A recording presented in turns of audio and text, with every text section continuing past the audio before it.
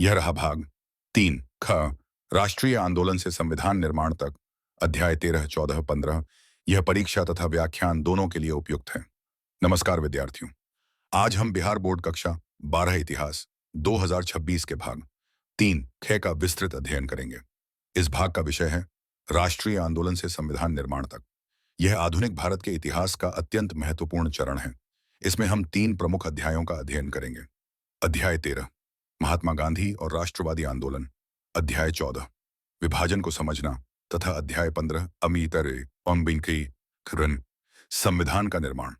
ये तीनों अध्याय मिलकर हमें बताते हैं कि भारत ने किस प्रकार स्वतंत्रता प्राप्त की, विभाजन की पीड़ा झेली और अंततः एक लोकतांत्रिक गणराज्य के रूप में स्वयं को स्थापित किया।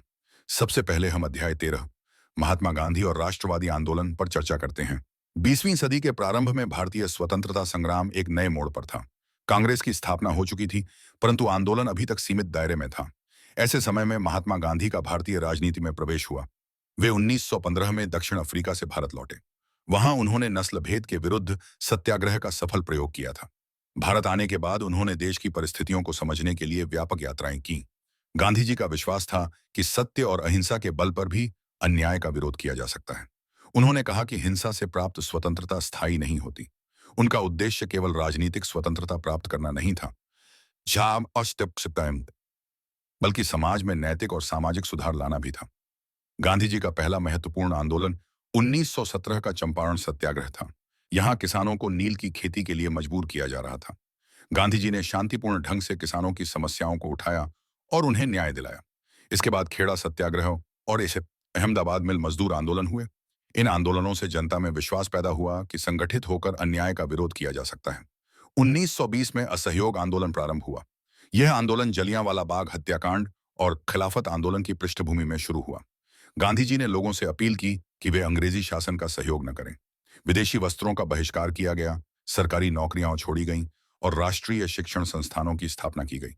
इस आंदोलन में छात्रों, महिलाओं और किसानों ने भी भाग लिया। यह पहली बार था जब स्वतंत्रता संग्राम एक व्यापक जन आंदोलन बना। हालांकि चौरी चौरा की हिंसक घटना के बाद गांधी जी ने आंदोलन वापस ले लिया, क्योंकि वे अहिंसा के सिद्धांत पर अडिग थे। 1930 में सविनय अवज्ञा आंदोलन शुरू हुआ। इसका मुख्य उद्देश्य नमक कानून का विरोध करना था। गांधी जी ने साबरमती आश्रम से दांडी तक लगभग 240 मील की यात्रा की और समुद्र से नमक बनाकर अंग्रेजी कानून को चुनौती दी। यह प्रतीकात्मक कदम पूरे देश में स्वतंत्रता की भावना को प्रबल करने वाला साबित हुआ। लाखों लोगों ने ब्रिटिश कानूनों का शांतिपूर्ण उल्लंघन किया। इस आंदोलन ने अंतर्राष्ट्रीय स्तर पर भी भारतीय स्वतंत्रता संग्राम को पहचान दिलाई। 1942 में द्वितीय विश्व युद्ध के दौरान भारत छोड़ो आंदोलन प्रारंभ हुआ। गांधी जी ने करो या मरो का नारा दिया। इस आंदोलन का उद्देश्य था कि अंग्रेज तुरंत भारत छोड़ दें।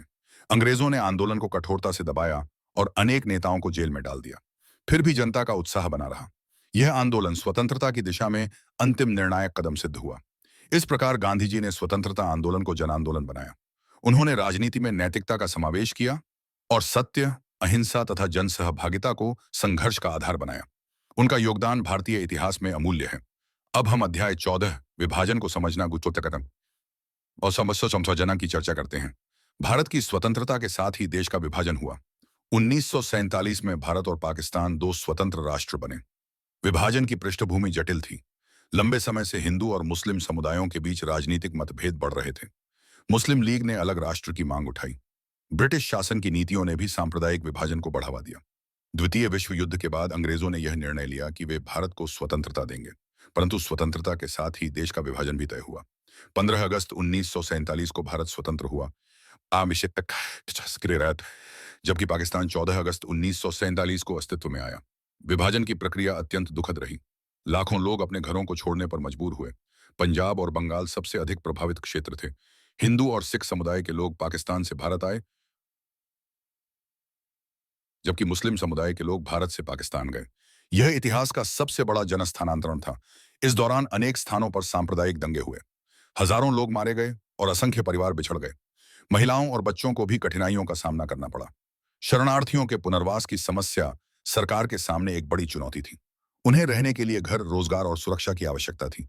विभाजन केवल राजनीतिक घटना नहीं था, बल्कि यह गहरी मानवीय त्रासदी थी। इसने लोगों के मन में अविश्वास और भय की भावना उत्पन्न की।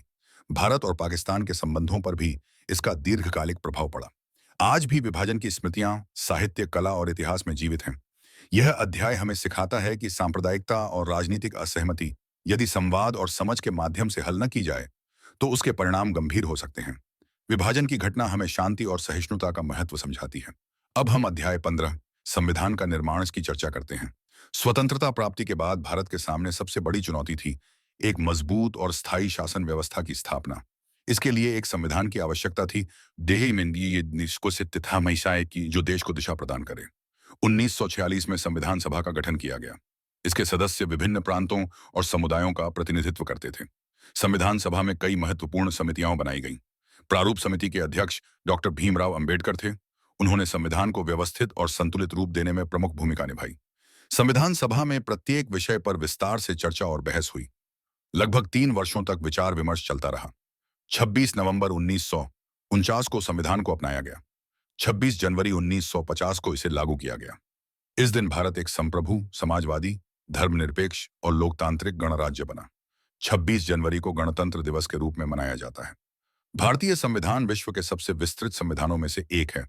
इसमें नागरिकों को मौलिक अधिकार दिए गए हैं, जैसे समानता का अधिकार, स्वतंत्रता का अधिकार और धार्मिक स्वतंत्रता का अधिकार।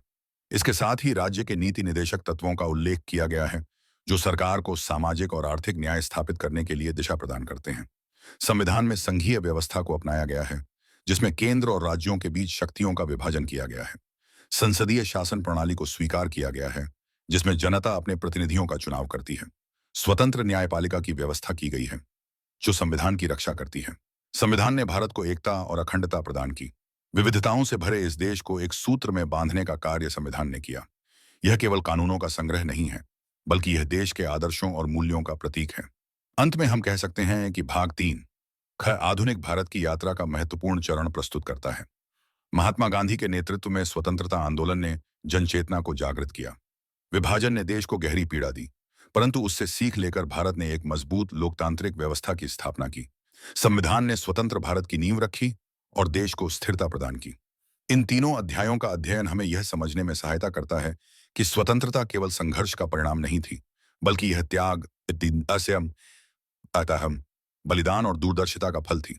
यदि हम इन विषयों को ध्यानपूर्वक समझें, तो न केवल परीक्षा में सफलता प्राप्त करेंगे, बल्कि अपने देश के इतिहास को भी गहराई से जान पाएंगे। धन्यवाद।